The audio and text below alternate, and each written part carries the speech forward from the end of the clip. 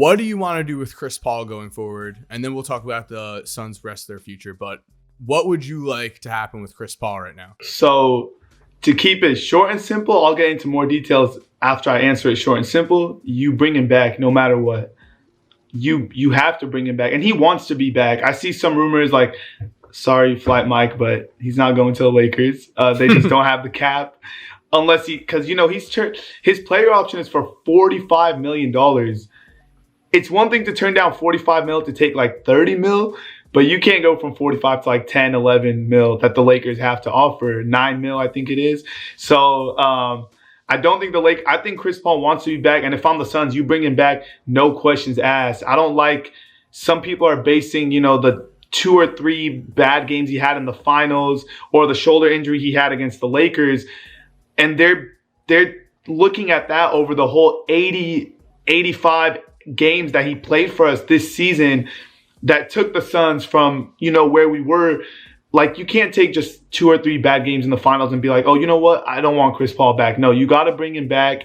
And if I was the Suns, I've obviously, as I got older, you learn you never talk about another man's money. But for the sake of this podcast, if I was the Suns, I would give him, because he wants 3 years, I would give him a huge, like, $45 to $50 million year in year one. And then I would try to give the final 2 years like a 12 to 15 mil. So he still gets his, 80 to $90 million, but it doesn't cripple the Suns moving forward. You know what I mean? That's what I would do. Instead of giving like 30, 30, 30, I would just give him I would hope he opts into the 45 mil and then extends for like 2 more years at like 12, 13 mil a piece. That way he still gets his money and then the Suns aren't crippled in the future. But I will say, if he wants to do it his way, he does have the leverage because the Suns can't let him walk. You can't. After a season like this, you don't let a guy like that walk. So you got to bring Chris Paul back.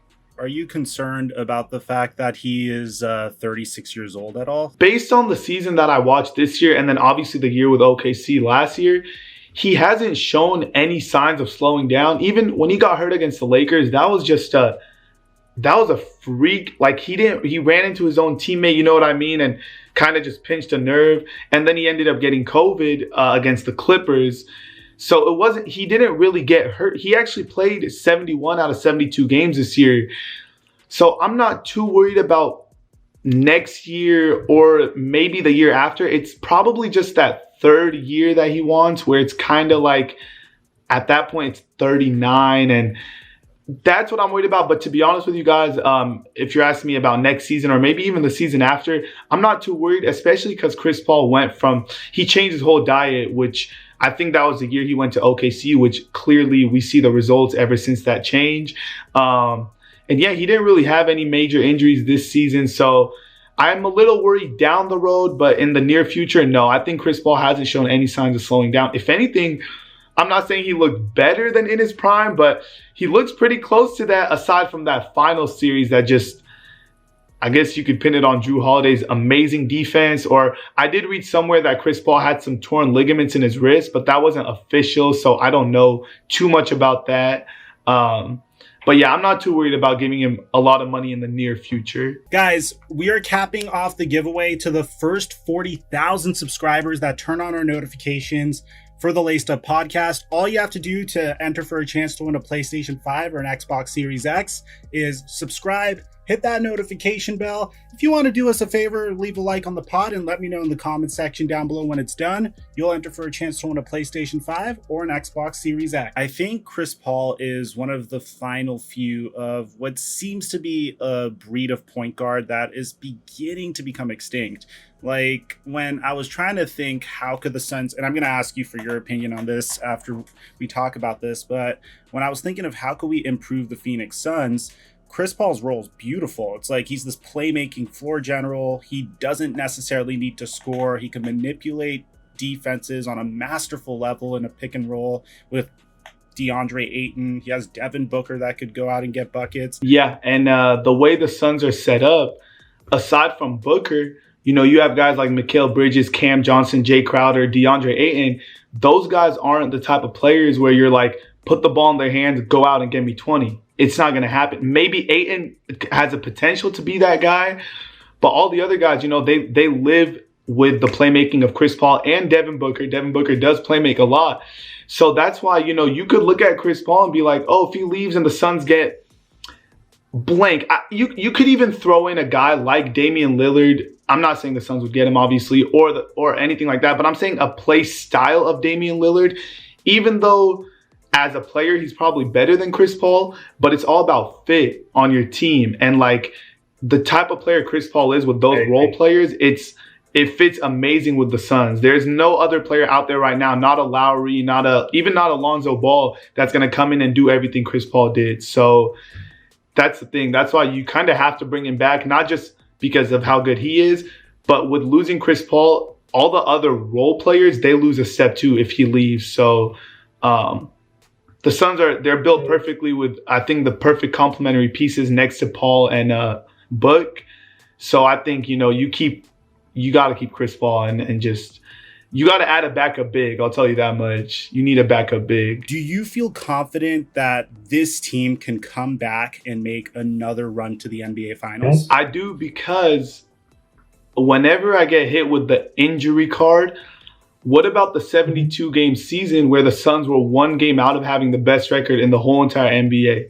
A lot of people like to forget that. You know what I mean? They're taking a 4, 5, 6 game series sample size and forgetting about the whole 72 games where the Suns showed that they were beating on teams left and right. They swept Milwaukee in the regular season. They swept Utah. They swept Dallas.